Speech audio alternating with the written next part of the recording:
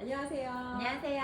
반갑습니다. 네, 오늘 PC앤킨즈 조아영 대표님 모시고 돈이 되는 독서 토론 돈독 시작해 보도록 하겠습니다. 네. 대표님 오늘은 이 도널드 밀러의 무게가 되는 스토리라는 책을 읽고 네. 이 책에 대해서 이야기를 좀 나눠보려고 해요. 네. 대표님께서도 이 책 여러 번 읽어보셨죠? 맞아요. 여러 번 읽었고 굉장히 좋아하는 책이에요. 맞아요. 근데 사실 이게 마케팅 고수들은 다 알고 있는 책인데 저는 필쌤 아이스강 대표님 통해서 처음 알게 된 책이었거든요. 네. 그래서 이제 어떤 모든 성공한 사람들을 보면 자신만의 어떤 역경을 극복한 네. 그 사람만의 어떤 스토리가 있더라고요. 그래서 맞아요. 이제 오늘은 그런 내용들에 대해서 좀 질문을 드려보려고 하고요. 네. 첫 번째 제가 여쭤보고 싶은 내용은 성공한 기업이나 개인에게 어떤 스토리가 그 중요한 이유는 무엇인지, 그리고 항상 PCM에서 아이스강 대표께서도 자신의 스토리를 꺼내야 된다고 이야기를 하거든요. 네. 그 이유는 무엇이라고 생각을 하시나요? 일단은 인간들이 이야기에 굉장히 마음이 쉽게 열려요.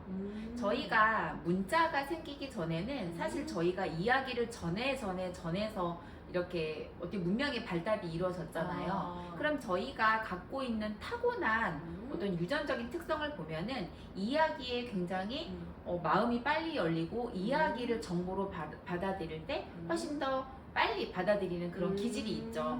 근데 이거를 마케팅으로 또 역으로 이용하면은 누군가에게 똑같은 제품이나 어떤 서비스를 전달하더라도 이걸 이야기로 풀어낼 때 굉장히 와닿는 게 달라진다는 거예요. 그러니까 이런 예가 있어요. 저희 엄마가 그 이제 만두 중에서 특정 그 브랜드를 좋아하세요. 이제 비비고라. 근데 왜요? 비비고를 좋아하게 된 계기가 있어요. 엄마가 마트에 가셨는데 저희 엄마가 만두를 막 좋아하는 스타일이 아니에요. 그러니까. 근데 이렇게 시식 코너를 지나가는데 그녀가 좀 배가 고프셨는데 한 아주머니가 어머니 일로 와서 만두 시식하고 가세요 라고 했는데 근데 배가 고프니까 갔어요. 근데 그때 그 판매원이 뭐라고 말씀을 하셨냐면 사실 저희가 집에서 만든 만두가 제일 맛있어요. 그리고 만들 수 있으면 집에서 만드는 게 좋아요. 깨끗하고. 그런데 그럴 수 없다면 깨끗한 우리가 만두를 골라야 되는데 그게 어렵잖아요, 어머니.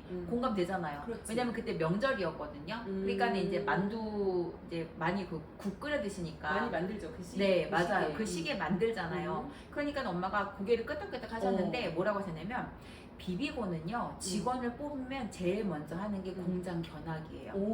그런데 공장 견학을 가면은 그 제조 공정을 보여주는데 정말 바닥을 혀로 핥아도 될 만큼 진짜? 그렇게 깨끗하다고. 그래서 자기가 가장 먼저 그 만두에 설득이 당해서 자기도 원래는 명절에 꼭 내가 빚어야 되는 만두를 이제는 비비고를 사 먹는다는 그 스토리를 푸는 거예요. 근데 그날 냉동고에 비비고 만두가 3개가 들어와 있더라고요.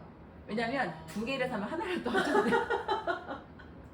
근데 지금 보시면 알겠지만 그냥 만두 맛있어요, 만두 좋아요가 아니라 그 판매원께서 나의 이야기를 풀었어요. 그러니까요. 그런데 그 만두 이야기라면은 공감이 안 됐겠지만 그렇지. 나의 이야기를 푸니까 공감이 된 거예요. 저도 지금 확 빨려 들어가는데요. 이게 바로 무기가 되는 스토리라는 거예요. 근데 이거를 우리가 아주 이렇게 뭐 상술로 쓸 수도 있지만 사람과 관계에서도 가장 빠르게 흡인되는 거는 이야기예요. 근데 많은 분들이 나는 남과 소통을 잘한다고 착각을 하고 살아요. 지 말만 하면서 소통을 잘한대. 그러니까 상대방한테 일방적으로 유창하게 내가 말을 퍼붓는 게 소통을 잘하는 건 아니잖아요. 맞아요. 그렇죠? 상대방의 공감을 끌어내고 상대방이 나에게 흡인될 수 있는 스토리를 들려줘야 되는데 내 이야기를 정말 쓰레기를 내뱉듯이 그렇게 뱉어내는 거를 자기는 소통 또는 말을 잘한다라고 하죠. 있어요, 그런 분들. 있어요. 지금 아마 시청하시는 분들 중에서 떠오르는 인물이 있을 거예요. 있어. 만나면 되게 피곤하고 기빨리잖아요. 그렇지. 근데 자기는 막 이런 얘기를 하잖아요. 사람들이 나를 좋아하고 내가 말하면 되게 사람들이 뭔가 이렇게 설득된다는 듯이 얘기하는데. 물론 옳은 얘기를 하는 분도 있어요. 그러니까 그렇지. 옳은 얘기이기 때문에 그거를 막 열정적으로 하는데 문제는 뭐냐면 듣는 분이 준비가 됐냐는 그렇지. 거예요. 듣는 분이 이게 나한테 유익하다는 걸 내가 공감하고 그 부분에 대해 동의를 할 수 있는 맞아. 상태에서 이야기를 풀어가는 것과 내가 하고 싶으니까 넌 들어야 돼라고 말을 하는 건 달라요. 그러니까 사실 후자 쪽의 분하고 시간을 보내고 나면 되게 집에 오면 피곤해요. 맞아요. 되게 기가 빨린다거나 맞아요. 분명히 말은 이 사람이었는데 내가 약간 되게 엄청 피로해지는 엄청 그런 피곤하죠. 느낌? 빨리 자고 싶죠. 맞아요. 그래서 스토리라는 거는 강력한 무기는 맞아요. 하지만 내가 어떻게 활용하냐에 따라서 정말 무기가 되기도 하고요. 아니면 다른 사람이 나를 피하고 싶은 어떤 동기가 되기도 하죠. 누가 만나자고 하면 한 3번쯤 생각해보고 한 번쯤 맞아요. 만나는 약간 맞아요. 그런 경우 있잖아. 아마 여성 보시는 분들 다 공감하실 거예요. 절대 내가 먼저 연락해서 만나고 싶지 않아요. 근데 다 이유가 있었네. 그러니까 이유가 내가 있죠. 왜 그런지 모르지만 나도 모르는 이유가 있었네. 맞아요. 맞습니다. 그러니까 말을 유창한 게 왜 특히나 이제 세일즈 하시는 분들 중에서 내가 내 말이 유창하니까 나는 고객하고 소통을 잘해라고 생각하는 분이 있는데 고객한테 막 뭐를 퍼붓는다고 그 소통이 아니라는 거잖아요. 맞아요. 지금 아까 만두 얘기에서 저는 뭘 느꼈냐면 되게 그분이 진정성 있는 나의 스토리를 통해서 되게 공감이 되고 그러다 보니까 되게 신뢰가 생겼어요. 맞아요. 그게 그냥 자연스럽게 구매까지 연결됐고 게다가 또 혜택을 얘기했잖아. 어. 오늘 2개 사시면 어머니 하나를 더 드린다고. 그러니까 어머니 입장에서는 어차피 만두 내가 빚을 것 같진 않고 그럼 이게 낫겠네. 근데 집에 가져와 먹어보니까 엄마가 또 입에 맞으신 거야. 그다음부터 우리는 쭉 비비고 만두. 그러니까 왜 우리가 비비고를 먹게 되나 했더니 그런 엄청난 어떤 맞아요. 비하인드 스토리가 있었네요. 저희가 명절에 같이 식사를 하는 가족 맞아요. 관계이기 때문에 맞아요. 같은 비비고 만두를 먹거든요. 그 비하인드 스토리가 있습니다. 그리고 이제 지금 막 이런 배경을 얘기해 주시니까 제가 경험했던 그 비비고의 육즙이 생생한 만두 약간 청결한 공장 시설이 연결이 혀로 하실 수 있다잖아요. 그게 되게 강력하게 저한테 물론 약간 그 비유적으로 쓰신 표현이겠지만 어느 정도 깨끗한지 굉장히 그걸 생생하게 전해주셨어요. 맞아요. 저는 그 만두 판매원이 어떤 분이신지 모르겠지만 어머. 어떤 걸 판매하셔도 굉장히 맞아요. 잘 팔 수밖에 없다. 왜냐면 이거는 본사에서 이렇게 하세요라고 레파토리를 짰다고 생각이 되지 않거든요. 그래서 결국은 코어입니다, 여러분. 나의 본질. 아마 그 만두 견학을 한 분이 그분 한 분은 아닐 거예요. 그렇죠. 근데 모든 판매원이 그렇게 자신의 경험과 어떤 그 이 브랜드의 가치를 연결해서 고객한테 이렇게 특히 혜택까지 연결해서 구매까지 이루어지게 이런 로직을 갖고 맞아요. 설득할 거라고 생각하진 않아요. 왜냐면 저도 그 이후로 만두 판매원들을 많이 만났지만 맞아요. 그런 멘트를 들어본 적은 없었어요. 저도 들어본 적이 없어요. 예, 그냥 시식하세요. 오늘 뭐 싸게 드려요. 뭐 오늘 할인 많이 돼요. 이게 전부예요. 그렇죠. 보통 이제 얘기하는 게 오늘 하나 사시면 하나 더 드려요. 맞아요. 하는데 근데 여러분들 아시겠지만 마트에서 우리 그 원뿔 진짜 원뿔은 아닌 거 다 알잖아요. 그럼요. 어느 제값 주고 사는 거야. 그러니까 이제 우리는 하나를 사면 하나를 공짜로 얻는다고 생각하지만 사실 그 계산법 아니라는 건 다 알거든요. 그럼 결론적으로 고객한테 가격으로 설득하는 건 그렇게 최고의 가치를 주는 설득은 아니라는 거네요. 그렇죠. 확률적으로 정말 내가 이게 필요했는데 라고 하면 또 모르겠지만 내가 필요하지도 않았는데 그렇게 설명을 듣고 구매를 했다? 이거는 완전 다른 개념이라고 보실 수 있죠. 그렇구나. 그럼 이제 이 모든 사람들이 모든 개인, 그러니까 이제 어떤 모든 성공한 브랜드도 자신만의 스토리가 있어요. 네. 예를 들어 애플 같은 경우에도 그럼요. 애플 우리 지금 이거 애플 폰으로 찍고 있잖아요. 그렇죠? 근데 네. 애플 같은 경우에도 스티브 잡스라고 하는 인물이 사실 자기가 만든 회사에서 해고를 당했어. 맞아. 근데 그게 그때는 진짜 아팠겠지만 중요한 건 이제 그 해고를 당해서 다른 일을 하시는 동안 픽사라는 그 어떤 애니메이션 네. 만드는 이제 그런 회사를 겪으셨고 거기서 완전히 다른 사람이 돼서 돌아오셨잖아요. 네. 그래서 이제 개인이나 이런 회사들이 반드시 자신만의 이야기를 이게 사실 의도적으로 만들었다고 생각하진 않거든요. 약간 이런 것 같아요. 예전에는 저희가 이제 마케팅이라고 하면은 광고를 많이 떠올리실 거예요. 그런데 광고를 할 때 많은 분들이 이제 생각하시는 게 뭔가 사양, 이 제품의 특징. 그렇지. 맞아요. 뭐 예를 들어서 종합 비타민이라고 하면은 뭐가 얼마큼 들었고 뭐가 얼마큼 들었고 이걸 쫙 나열을 해놓으면 소비자들이 이거를 보고서 이거는 다른 비타민보다 함량이 높으니까 이걸 먹어야겠다라고 생각을 할 거라고 착각을 하는데 소비자들은 그런 용어를 아무것도 몰라요. 모르죠. 저같이 또 컴맹은 컴퓨터를 고를 때 뭐 CPU가 어떻고 막 이런 얘기를 하면은 그냥 그때부터 그래서 이 컴퓨터가 얼마냐고요. 약간 이렇게 되는 느낌? 근데 소비자의 언어와 공급자의 언어는 달라요. 맞아요. 근데 마케팅에 대해서 제대로 인지를 못 하시는 분들은 자꾸 공급자 언어를 쓰시려고 그래요. 소비자 언어가 아니라. 그러니까 그런 용어를 써야 내가 전문가로 보인다고 생각하시는 것 같아요. 내 어깨 뽕인 거죠. 한마디로. 난 이런 사람이야. 근데 결국은 어. 내 자랑을 하려는 게 아니라 판매가 목적 아닌가요? 맞아요. 마케팅이든 세일즈든 판매가 목적이면 판매를 하셔야 되는 거고 판매를 하시면은 이기신 거예요.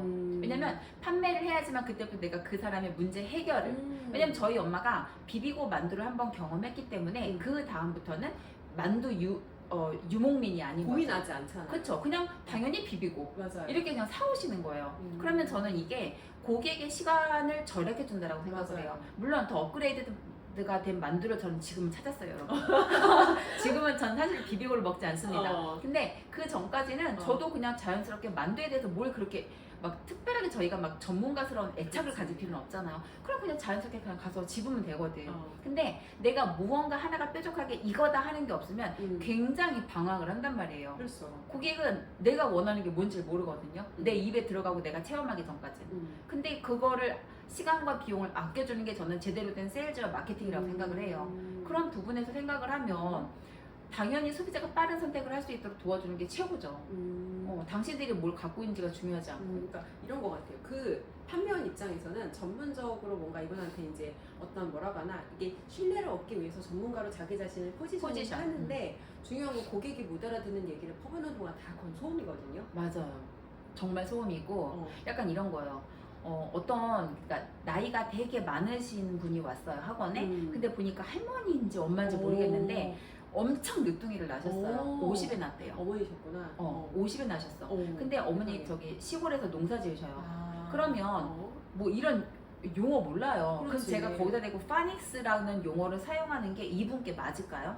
아니에요. 제가 어떻게 풀어 설명했냐면 어머니 학교 가기 전에 저희 한글 떼고 가면 아이가 편안하죠. 영어도 마찬가지라고 보시면 돼요.